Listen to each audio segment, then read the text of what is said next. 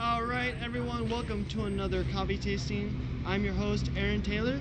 Today we are tasting the Pike Place Roast, and today we're going to learn a little bit about the origin of the Pike Place Market, which is what Pike Place is named after.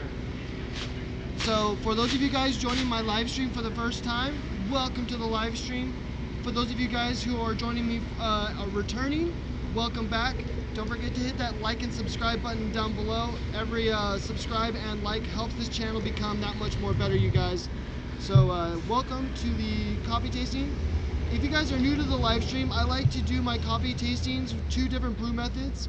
And so the reason why I like to do the two different brew methods is to really explore the different flavor notes that you get from different brew methods, but from the same cup of coffee. So the same cup of coffee or the same blend of coffee might give you different flavor notes depending on the way you brew it, whether it be a French press and a pour over. And so on my live stream, I like to do the French press and the pour over because they tend to be opposite spectrums of the brew method. So we tend to get like those bold notes with the French press, and then we tend to get like those citrusy flavors, those brighter flavors really highlighted in the pour over. And so we're gonna really explore the different flavor notes, how much it impacts the coffee of the Pike Place Roast.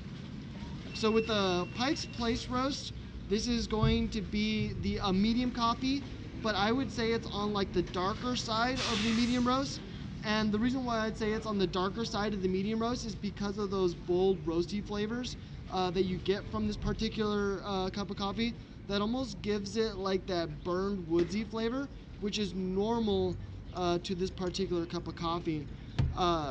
So not a lot of people are a big fan of that bold, roasty burn flavor, but these are the particular flavors that we're going to get from this cup of coffee.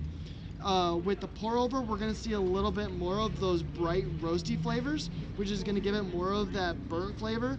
With the French press, we're going to get a little bit more of those bitters. So we're going to see a little bit more of those earthy milk chocolate flavors come forward.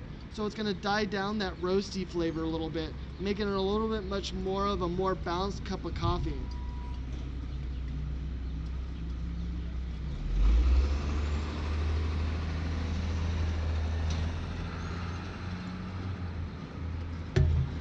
So for the Pike Place Roast, I tend to lean a little bit away from this particular cup because of the roastiness. It's pretty bold for it being a medium brew. I tend to lean more towards like those milk chocolate notes that give it more of a smooth flavor versus like the bold roasty flavor that we're going to get on this. But with the French press, I'm assuming that we're going to get a little bit more of a more balanced cup of coffee because of those bitter flavors are going to come up and really match with those acidic flavors that we get with the pour over. And so the reason why we get those bitter flavors with the French press is because we're getting a lot more of those sediments and a lot more of those oils that are making its way through into your cup of coffee, impacting the flavor and making it a little bit more darker. While on the pour over, because we're using a paper filter, a little bit of those oils and most of the sediments get trapped in the paper filter, not making its way into your cup of coffee. So it's making it a little bit of a lighter cup. Not as much of those bitters are coming through, so we're going to get a very strong accented bright notes. So with the Pike Place, we're going to see those strong bright roasty flavors, which is why if you get like a just normal Pike brewed on the pour over, you're going to get like almost that burnt coffee flavor because of those roasty notes. And so that's the actual flavor notes of the Pike Place.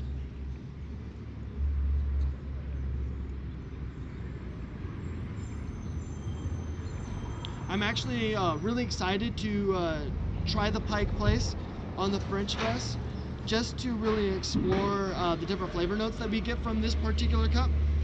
Just because I'm not a big fan of the Pike Place on a normal drip coffee or the paper filter because of those bright roasty flavors. So I'm anticipating that I'm going to like the French press much more than I normally would the Pike Place in general, just because of the switch up of the brew method. And that is important to say because brew method, grind proportion, and grind freshness and water quantity is very important in how you brew your coffee.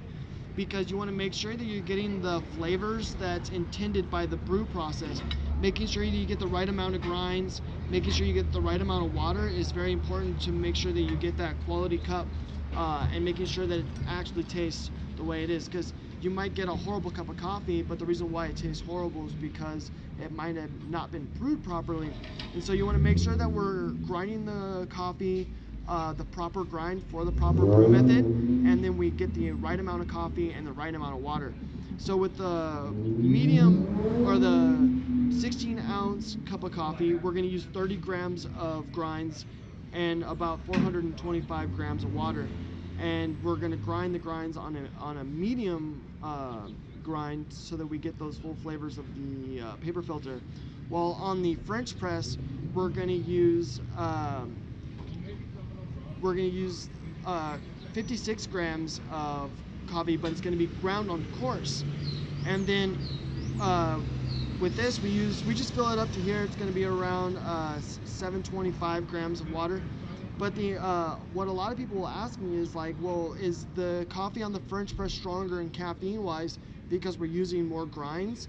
Not necessarily, because with the pour over, we're only getting 16 ounces of water. Well, it's going to be an 8 cup, and those are small cups, but it's going to be about the double the amount of serving of a grande pour over or 16-ounce pour over. And because of that, we're actually having more grinds, a little bit more water. So it's going to be the same equivalent in caffeine wise. It's just going to impact the flavor of the coffee. So when you switch up brewing methods, you're not necessarily changing the amount of caffeine in the coffee. You're just changing the quantity of liquid that you're drinking.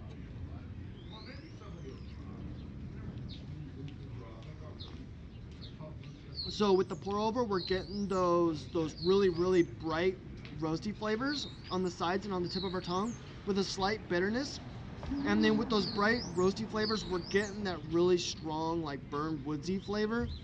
On the single pour over, it's not as intense on the like a drip where you brew multiple cups of coffee, but those bright roasty flavors are still really strong and really come forward and take control of the cup on the pour over.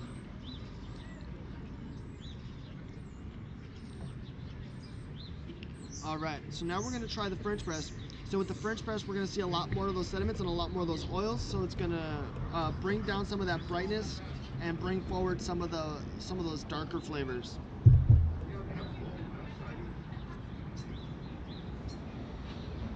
So immediately right off the bat, when I smell my coffee, I'm getting those strong notes of the earthy bitterness.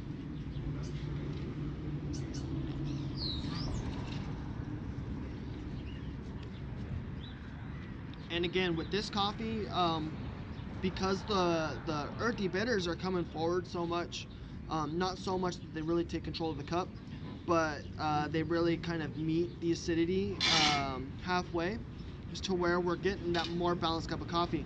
We're still getting those strong roasted flavors, so it still has that almost like the burned woodsy flavor, but not nearly as intense as a pour over. And so the reason why we're getting less of those intense woodsy burn flavors is because of those bright citrusy flavors are really taking a back seat, because of those bitter flavors are really coming forward and really enhancing those flavors rather than hindering them. And so we've got the bright roasty flavors being paired with the earthy flavors that are making a really nice balanced cup of coffee. Still not my particular favorite cup of coffee, because I don't necessarily go for those roasty flavors. I tend to go for those milk chocolate caramel flavors. But if I were to drink the Pike Place Roast, I would definitely brew it on the French press, because you get that much more balanced cup of coffee. Those bright roasty flavors aren't as intense as they are on the drip coffee. And the reason why that is because those bright roasty flavors are really coming forward, because we're not getting all the sediments that you would normally get in a French press cup of coffee.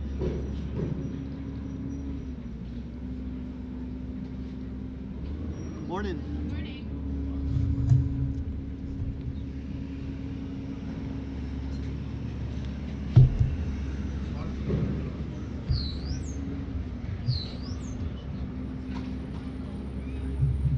All right, so now we're going to learn a little bit about the Pike Place, specifically a little bit about Pike Place Market and what this particular blend was named after and why it was named after that.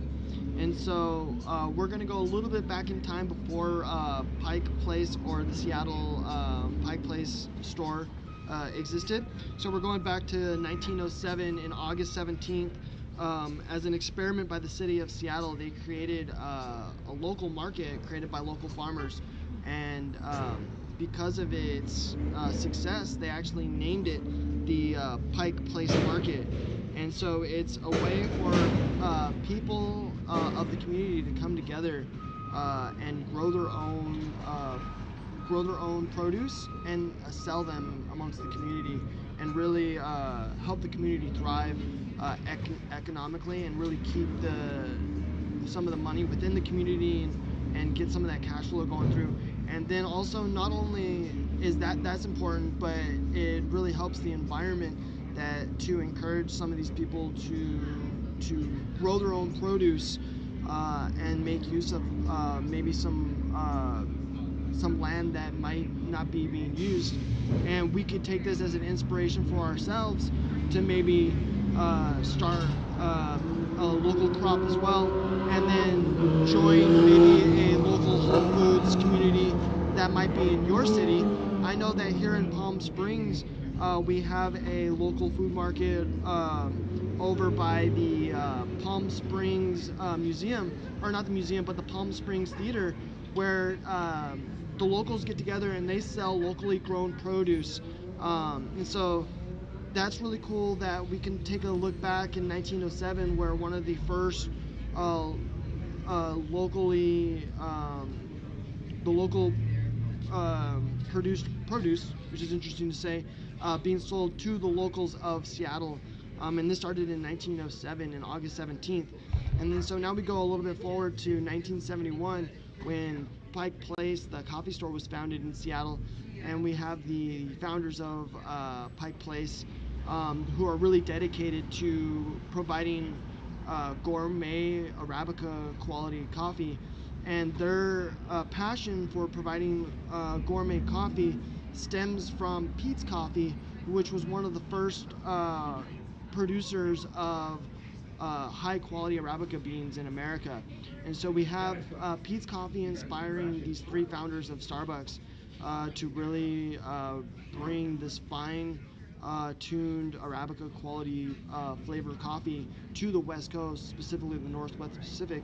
And then because of their passion for the coffee and bringing quality beans to the local area, they named this particular bag after Pike Place Market to really pay tradition to the market itself, and how people can come together and grow produce and really come together as a community to create this market that's now called Pike Place Market.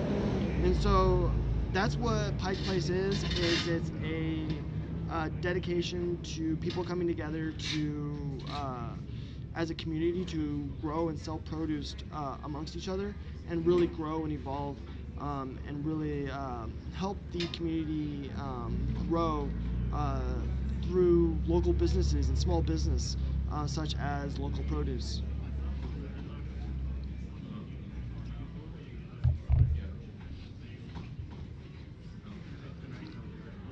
So with this particular cup of coffee, I definitely prefer the French press over the pour over.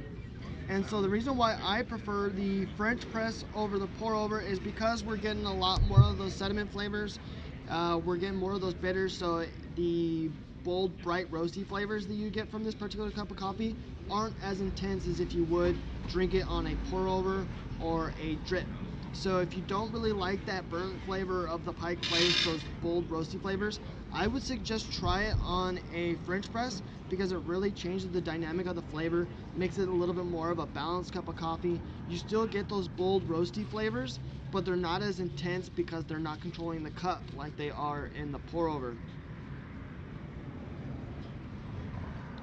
So I hope you guys enjoyed learning a little bit about the history of the Pike Place Market, why Pike Place itself is named after Pike Place Market, and I hope you guys learned a little bit about how communities can come together through growing produce and selling produce amongst the community to help the community grow. And then I hope this inspires you guys to maybe look up maybe a local food market in your guys' city where they might have locals growing produce and selling produce to the locals. I know that if you guys live in Palm Springs, California, we have a market here in Palm Springs at the theater on Talkwitz and Daypalm. So go ahead and check that out. And then, every Sunday they get together and they sell produce.